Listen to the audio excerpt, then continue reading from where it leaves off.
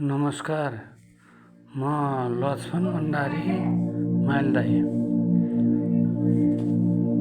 यो कसैलाई दिनमा 3-4 पटक टोयलेट लाग्ने, कसैलाई एकचोटि पनि टोयलेट नलाग्ने, कसैलाई 3-4 दिनसम्म पनि टोयलेट नलाग्ने। यो सन्दर्भमा यो धेरै दिनमा 3-4 चोटि टोयलेट लाग्ने बारेमा म अर्को भिडियो बनाउने छु र यो अहिले टोयलेटै नलाग्ने 5-7 दिन, कसैको 10 दिनसम्म पनि टोयलेट नलाग्ने त्यो विषयमा केन्द्रित रहेर मैले एउटा भिडियो प्रस्तुत गर्दैछु। त्यसैले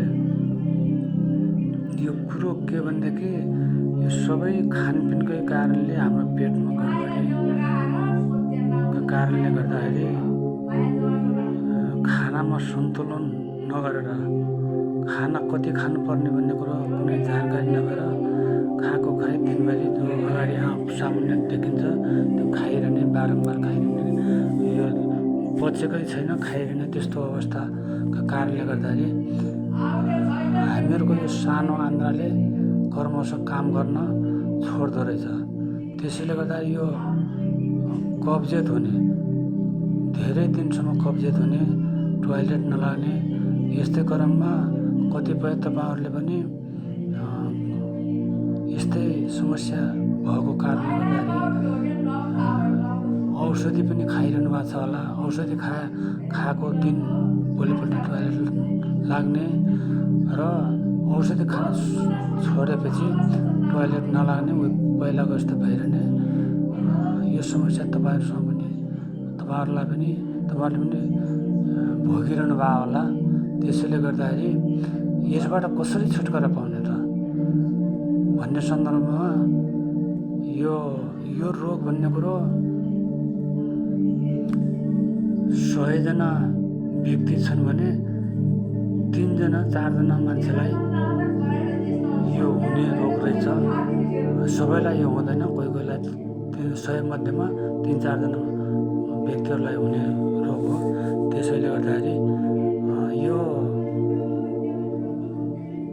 गाउँको यो चाहिँ कसरी निवारण गर्ने, कसरी यसलाई सन्तुलनमा ल्याउने, कसरी दैनिक टोयलेट पार्ने बारेमा के भनेदेखि तपाईको 10 ग्राम छिल्का सहितको गहुँको आटा, उर्दको दाल,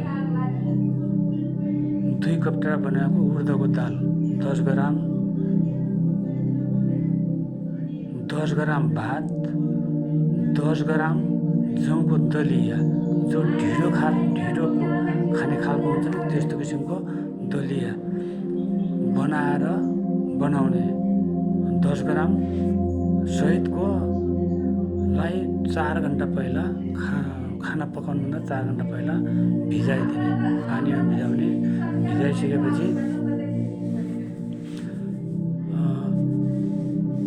5 वटा पिप्ली, यो बजारमा पाउँछ, 5 वटा पिप्ली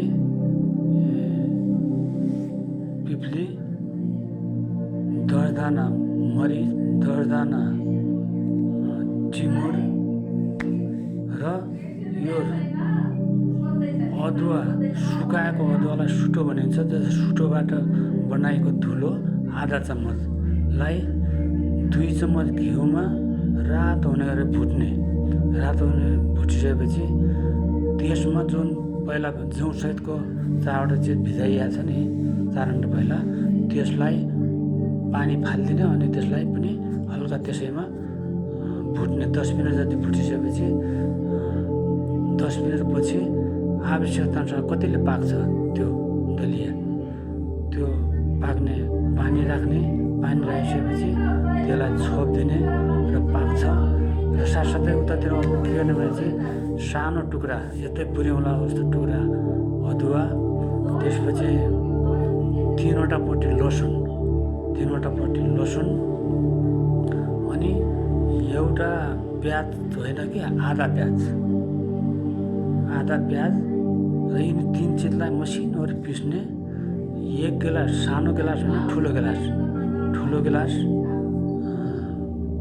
ठुलो गिलास बराबरको पानी तताउने। अनि त्यो जुन 3 पिसिया हुन्छ नि प्याज लसुन अदुवा त्यसलाई चाहिँ त्यो पानीमा राख्दैन र 10 मिनट भाग उमाल्ने।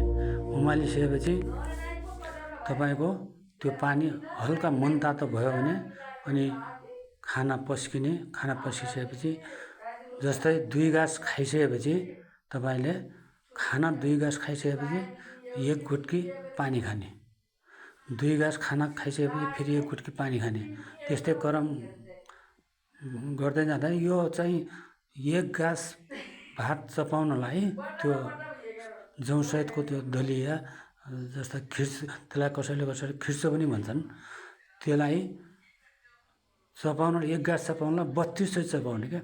हाम्रो यो पेटमा कुनै न जाँतो छ पिस्ने न केही छ। हाम्रो जो थियो सानो आन्द्रा त्यसले काम गर्न छोडिहाल्यो।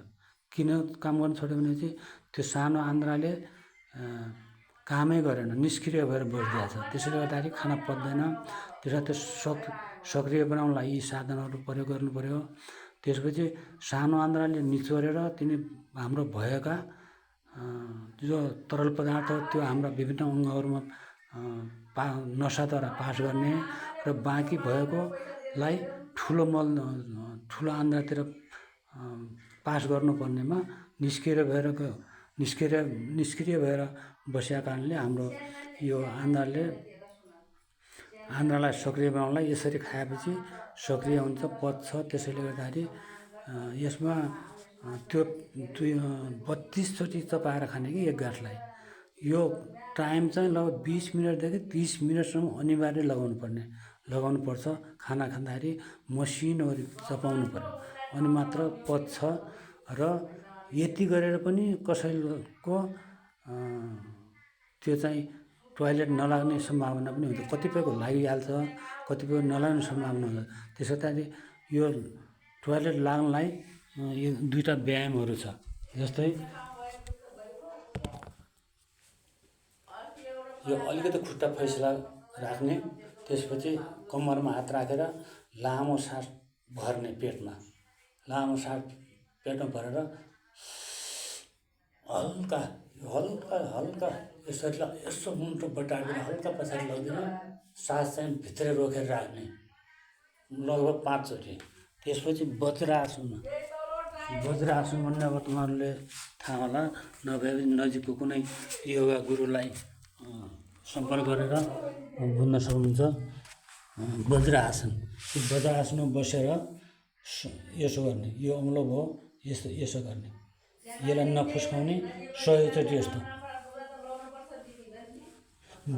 बिहान खाली पेट।